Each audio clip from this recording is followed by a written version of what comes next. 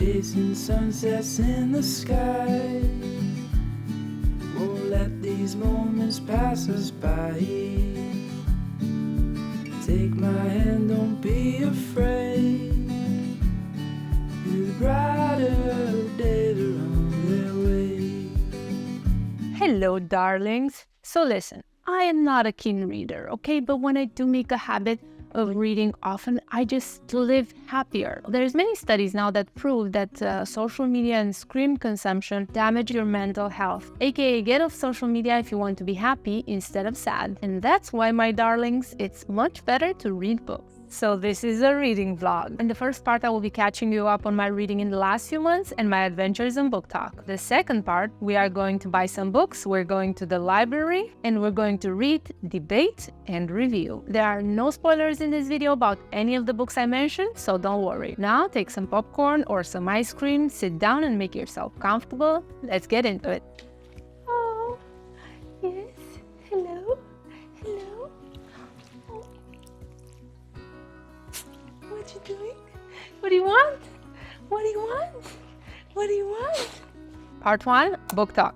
Books famous on TikTok. In order to get off social media and get out of a reading slump, I thought it would be cool to try viral books on TikTok. I imagine since they're so popular, they must be easy to read and very good.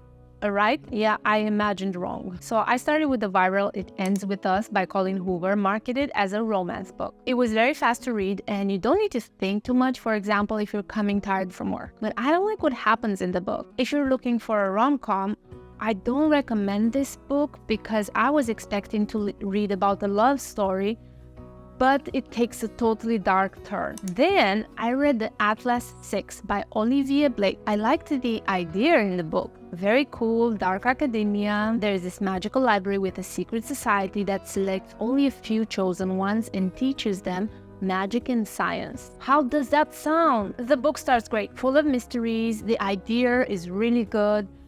But I thought that the plot had more potential than it actually did in reality. I give it 3 stars because I didn't get attached to the characters. Actually, I found all of them quite unlikable. I would have loved more description of the magical world because at times I felt like I was missing information. So I would have preferred more details. Then I read People We Meet on Vacation, a romance book. Easy to read, 3 stars, great character development, but I can't put my finger on why I didn't like it so much. These 2 friends, boy and girl, go on vacation after having a fallout a couple of years before, and then slowly we find out why they stopped talking. I guess I didn't like it because it was written with flashbacks, and I don't like so much books that rely so heavily on different timelines to build up the storytelling. Then I read The Fourth Wing by Rebecca Yarros, the most viral book of all, young adult fantasy romance. It was very entertaining and very easy to read. If you live under a rock and don't know, it's about a war college where everybody is young and super hot, and they learn to ride dragons, and everybody fights with each other, and it's dangerous for our main character like all the time. I enjoyed reading it very much. I give it between 3.5 to 4 stars. I guess because it was cheesy at times and the make-believe wasn't so good in some places, as this is an enemies to lovers kind of story. And I recommend it if you want a good engaging book with good character development.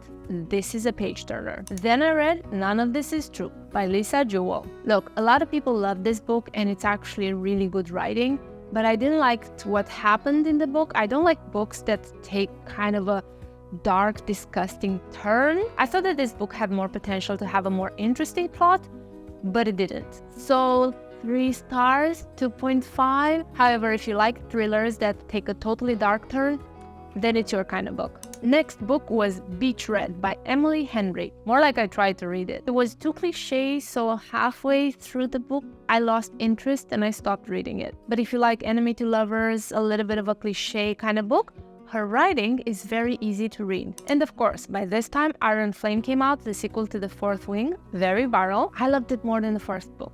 I know, a little controversial. Some people didn't like it. It was very engaging to read. Again, a page turner. Many things happened and the story moved very fast. A little cheesy at times, but now you're more invested into the characters. So you're really rooting for them. Actually, when I finished the book, I got this little sad, bittersweet kind of a feeling, as if I almost missed the characters. So that was interesting. I give it 4 stars. I like very much when a book or a TV series has this effect on me. Okay, so don't freak out if in this vlog you're gonna see my furniture all over my apartment, because I'm trying new things, so I've been moving my furniture all over. Part 2, let's go get some new books.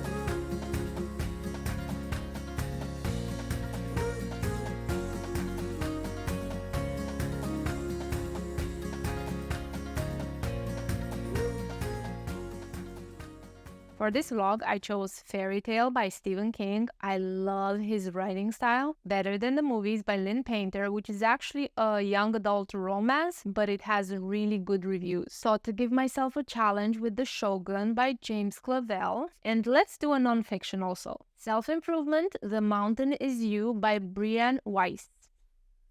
Wiest. Wiest. Wiest? Wiest? Wiest?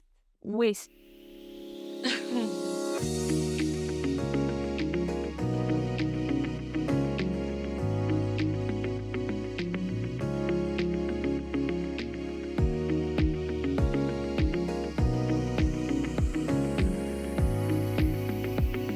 Fairy Tale by Stephen King. So this is a dark fantasy novel, and he's an amazing writer, but I stopped reading most of his books because he scares the living soul out of me. This book is not scary or horror, which is great because he's an amazing writer. I used to love reading Stephen King as a teenager and young adult, but now I don't even like to watch horror movies anymore. I no longer wish to put myself through anxiety and fear willingly. Girl, reality is scary enough nowadays. So this book is about a teenage boy named Charlie who made a deal with God to help people if his dad stops drinking. So he meets a grumpy old neighbor that normally keeps to himself, but because he breaks his leg, Charlie promises to help him recover. In this process, Charlie becomes very attached to the dog of the neighbor, an old German shepherd, and becomes friends with his grumpy neighbor. I am now in the part of the book where we start to find out all the secrets of the old man, and Charlie begins an adventure. The book has been very mysterious so far, so it's about to get interesting.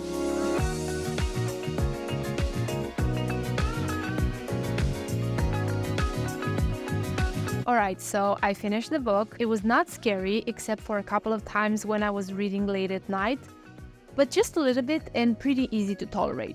I love the writing, obviously. The main character's development is, as expected, close to perfection. However, towards the middle of the book, it started to get a little slow. I felt that it wasn't as entertaining and that the journey of the hero was lacking at times. But even so, I noticed that if I wasn't reading for a couple of days, I would wonder what was happening in the book with the characters. So that's always a good sign. I also rooted for our main characters and cared about them. I love it when books can generate this attachment towards a fictional character. Still, after the second half of the book, I didn't like so much what was happening in the plot. Dare I say a little boring? I also expected more of a romance subplot as insinuated, but not much happened there. I really love how, as in many of his books, Stephen King has this way of writing that you get your information gradually. He builds up a plot or a character towards interestingness. I also noticed that a few days after I read it, I was still thinking about the book, about the characters, about what happened. I checked out content other people made about the book, and I really love it when a book has this effect that it makes you want to talk and debate about it. And I did feel very immersed in the fantasy world of the book, but the ending was not satisfying enough, so I give this book 3.5 stars. I know, listen, I love Stephen King myself. I think he's one of the best writers that have walked the face of the earth, okay? But I just felt that the plot was lacking a little bit. And the villain characters were like a little bit flat too. It's not quite the 3-star book, but it's not the 4-star book for me. Could it be because I had high expectations because it's Stephen King? Maybe. But do I recommend this book? Maybe. If you like fairy tale elements in a book and you won't mind so much that a chunk of the action moves a little slow, and you don't have high expectations of an epic fantasy novel, it's a really interesting book with good writing. I can see why so many people liked this book, but I also understand why so many people didn't like it. So, Better Than the Movies by Lynn. This book is labeled as a young adult romance, and it is your typical high school rom-com. What I don't like very often in the enemies to lovers types of books is that the guy that's the romantic interest, he's kind of a bad guy doing kind of bad things to the girl, and then he kind of changes in a cheesy way, or it turns out that he was doing those things because he actually liked her or he was in love with her.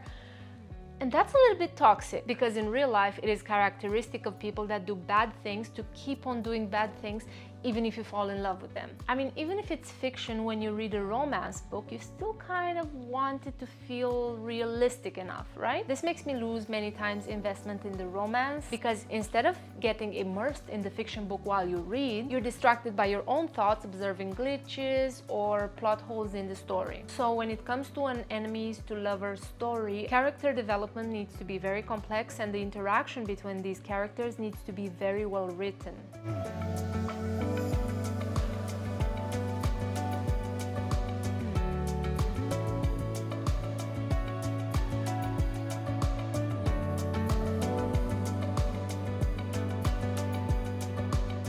I finished the book in 2 sittings.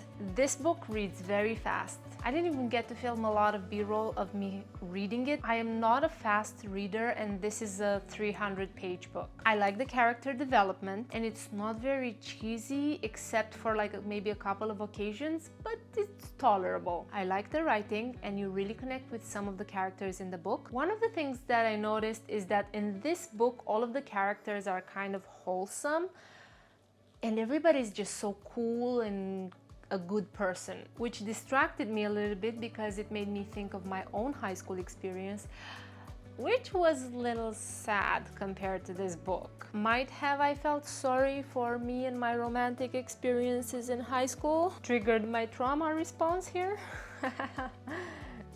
Awkward. I don't normally make like comparisons, real life or fictional book. I mean, it's a fictional book, it's fiction, but sometimes if the writing is not believable enough, you kind of like get outside of the book and you think about real life, and I would prefer to feel more immersed in the book rather than getting distracted and stepping out of the world in the book. I don't know if that makes any sense for you, but overall I really did enjoy this book, and I recommend it if you like rom-coms and you're in a reading slump. This is a great book. I love the ending. I thought that the writing was very captivating.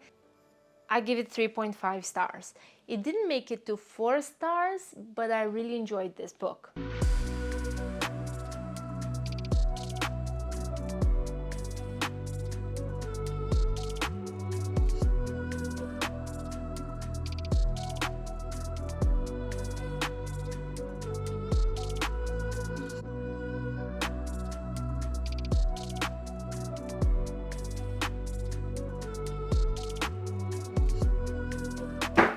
Let's talk about this book. I have a lot of notes. This is some serious writing right here. And it's the kind of reading that you really need to pay attention to. Many characters, lots of intrigue, many things happening, and you gotta think for yourself. It starts with quite a harsh prologue. People starving at sea, sick with scurvy. It's not the nicest scene. So partially I am glad that I picked this book for a reading vlog, because I don't think I would have pushed through, but I'm glad I did for the video. The book itself is about the intricacies of Japanese politics in the 1600s, seen through the eyes of an European sailor, mixed with the complexity of the European conflicts between the English and the Dutch, and the Spanish and the Portuguese. You don't know which characters are good or bad, and everybody's a spy and you don't know who to trust. This book made me feel stupid in a good sense because it made me realize how much I don't know and that I have a lot to learn about life and wisdom because there's so much I don't know anything about. I like when fiction books impress on you wisdom that you can apply in your own world. I also noticed that when I film these reading vlogs, I repeat myself a lot and I'm not very structured in my communication. So I'm very glad that reading books and making videos about reading books is making me aware of all of these areas that I could really improve. And that makes me feel empowered, you know? I tell you, if you don't like to read books, I feel that you're missing out because you get to know a lot of new things about yourself and then you get to improve as a person. Now let's get back to the book. Now listen to this. James Clavell was captured by the Japanese at the fall of Singapore. He spent the rest of the World War II in the infamous Changi prison. Wow. I don't know how historically accurate this book is, but the world building is very good. You just get immersed into that period and its culture. It's a world made on one side of honor, servitude, and duty, and on the other side of hunger for power and social status. They had a very severe society where being impolite or committing minor crimes was punishable by death. And the soldiers or the samurais had this blind loyalty towards their daimyos or masters. And even for the smallest offense, they would volunteer to commit seppuku, which would be to take their own lives. And it was considered an honor. I guess it's really interesting how they lived completely fearless, like no fear for death at all. So they would be extremely polite face to face, but then they would secretly scheme to either kill each other or take power from one another. It's not entirely pleasant to read about some things in the book, so if you are easily triggered, maybe it's not a good choice for you. Though I'm a little bit easily triggered, but I feel like this book is expanding my consciousness. So we're following Blackthorn, an Englishman that's pilot on a Dutch ship that shipwrecks in Japan. These daimyos, which are these feudal lords of Japan, fight over him and they wonder if they should kill him or they should use his knowledge to help them rise in power. A really interesting concept is brought in the book is that these lords are preparing for war in order to have a war that later on is going to make peace. Because they're struggling for power and they think you need to get power to give power. So if only one of them would have all the power, then there wouldn't be a war. So here's the thing. You have to pay a lot of attention while you're reading this book and you have to think a lot for yourself. Why did the characters say this or did this? Because later on or somewhere in the book, it will come into play and it will be very important. Things or characters aren't necessarily good or bad, but it's how you interpret them to be. It can also be a little bit slow to read because it's written a third-person narrative, but it jumps points of view sometimes with no warning. But the more you read, the more involved you get into the world and the characters and you start to root for them and then you want to find out what happens next. The book is written in suspense, okay? At any moment something can happen.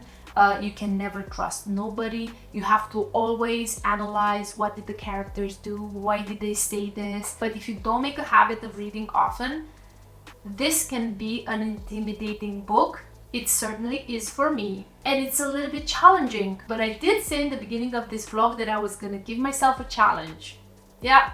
It's a challenge, all right? I do enjoy it sometimes very much, but sometimes it's a little bit of a drag to read. I have 500 pages left. I read 600 so far. Yeah, if you want to read this book, you have to enjoy it over time. It's gonna take a few weeks, which means that you should not put any pressure on you to read a certain amount of pages or to finish it by a certain date. There is a very sweet and tender romance subplot also. I really like how they refer to intercourse, which is to pillow with each other, but many times it has some really deep, it brings up some really deep concepts that make you think about your own life. Let me read a little bit for you. If you leave your mind to itself, it will spiral you down into ever-increasing unhappiness. To think good thoughts, however, requires effort. This is one of the things that discipline training is about. Train your mind to dwell on the sweet perfumes, the touch of the silk, tender raindrops against the soji, the curve of this flower arrangement, the tranquility of dawn. I can see how I can benefit from this wisdom.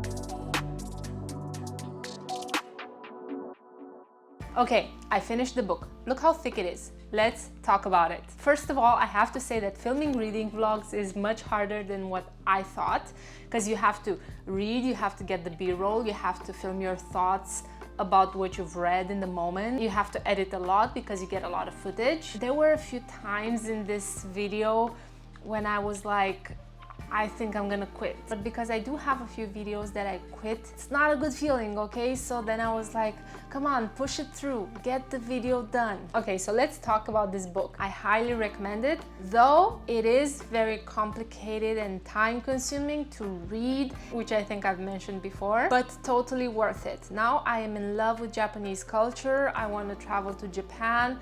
Yeah, it's just an amazing book. And I am tempted to read the next book in the Asian saga. So the Shogun is a book where there's a lot of talking. Here and there an action scene, but often the book moves pretty slow because it's a lot about political strategy. It's the kind of book that you need to pay attention to, and you need to enjoy and be patient with the slow development. The last 200 pages read very fast because now we see a lot of action that is being fueled by the slow build-up along the book. Now a lot of the scheming and the politics and the intrigue are starting to blow up. And then the ending got a little bit weird and we started to go in a new direction. The book takes so many twists and turns, and it's really hard to guess what's going to happen because the author writes in such a way that he splits the story in different variables, and yourself and the characters have no idea where this is leading. I have to say, it's a little bit heartbreaking to see that these daimyos, these powerful lords,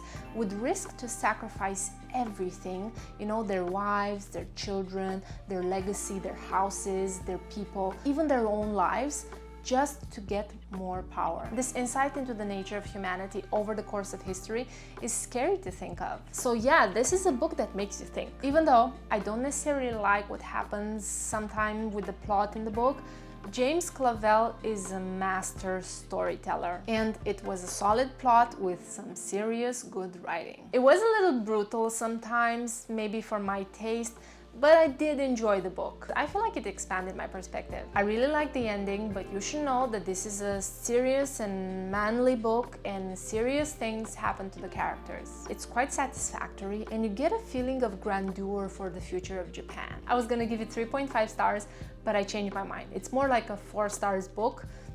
4.2, great storytelling, amazing character development, but the book moved pretty slow. I thought it could have been written in less pages. There were times when I thought about DNFing it, but I am so glad that I stuck with it because in the end it was so different from any book that I would normally choose to read, and it made me think a lot about many things that I don't normally think about. I feel wiser now after reading this book. This book is very, very interesting, and it's meant to be enjoyed in time. And listen, if you were reading it and you need a small break from it, that's okay. I took a break. I wanted to give myself a challenge with this book, and it was definitely one. Also, reading a book that's 1,100 pages, finishing it, you'll get this feeling of accomplishment, like I didn't quit.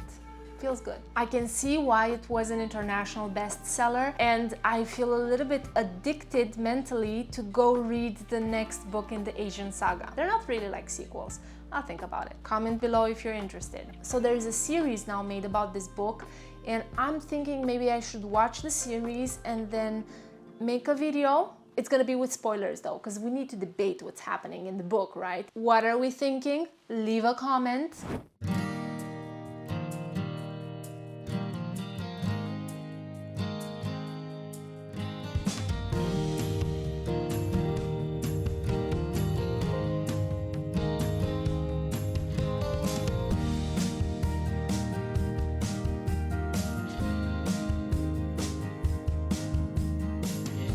Next book, The Mountain Is You. I did not finish reading this book yet, but I am close. This video was taking so long to make that I was tempted to quit, so I feel like I've read enough of the book for it to have an impact on me, and I can give my impressions of it. So this is a book about self-sabotage and how to beat it. And if you check self-sabotage in the dictionary, you will see that there is a smiling picture of me. This is a self-help book, and I have to say that I have not been reading self-help books lately because I have this feeling that they're just good copywriting, and they try to interpret science and studies in a way that try to rationalize the message of the book. But I feel this book is different. There is so much wisdom in this tiny book, and it's meant to make you feel aware of your own hidden issues that are actually controlling how you live your life and the decisions you make. So if you wonder why you don't do the things that make you happy, or why you don't do the things that you know that you should be doing because they're going to create great results in your life, this book brings awareness on all of those issues. But why do we need self-awareness, right? Imagine you're trying to fix something in the dark compared to fixing something in the daylight. One of the reasons why I'm taking longer to read this book, in addition to a little bit of self-sabotage while reading a book about self-sabotage, is because I feel it packs a lot of information that I need to digest and process, and I shouldn't just be reading it very fast. This kind of books is not enough to get the knowledge of what's inside the book, but you actually need to apply the things that you learn, right? You need to read, and then you need to wait some time, and then if the book says that you should journal about these feelings or about these other things, or you should take this approach to your thoughts, then that's something that you're gonna wanna try. It basically says that self-sabotage itself does not exist, but when we act in a way that we self-sabotage, what we're doing is actually coping mechanism. It is a way for you to fill in needs or to fix emotional issues that you have. And that's why it's great to have this awareness of these issues in order for you to change them, because if you don't work on changing these issues from deep inside you, it's like swimming against the current. So the book addresses more than self-sabotage. It addresses our fears, our needs, our traumas. But if you want to fix your behavior and you want to make changes and you want to live happier, sooner or later you're going to have to address those traumas and those issues and deal with those emotions. And I don't think that a book itself is going to magically change you. You just read the book and you're a new person.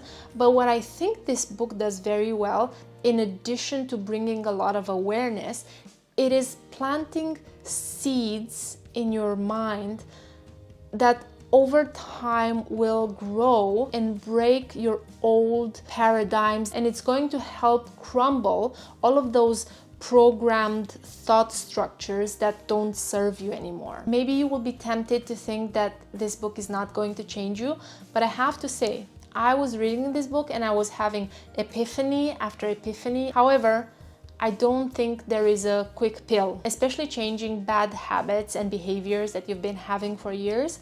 It's going to take a long time, and it's going to be sometimes painful. I also love that it's not a book about, oh, just be positive, think happy thoughts.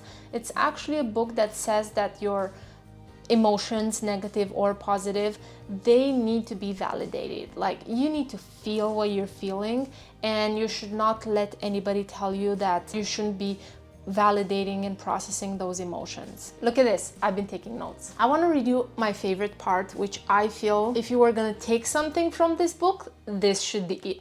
And it's about how fear is controlling our lives. A lot of the things that we do or we don't do are controlled by fear. The very act of holding these fearful thoughts within our minds is exactly how the fear is controlling us in the first place.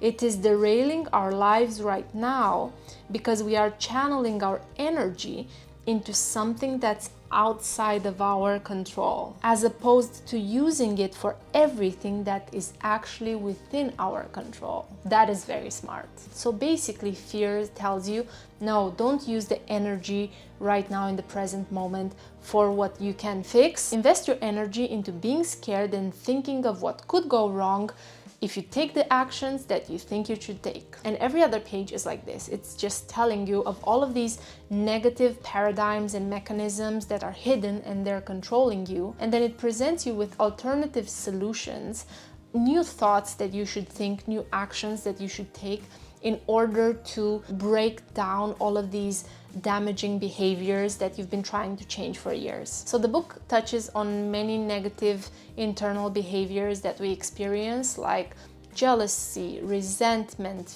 fear, and many others.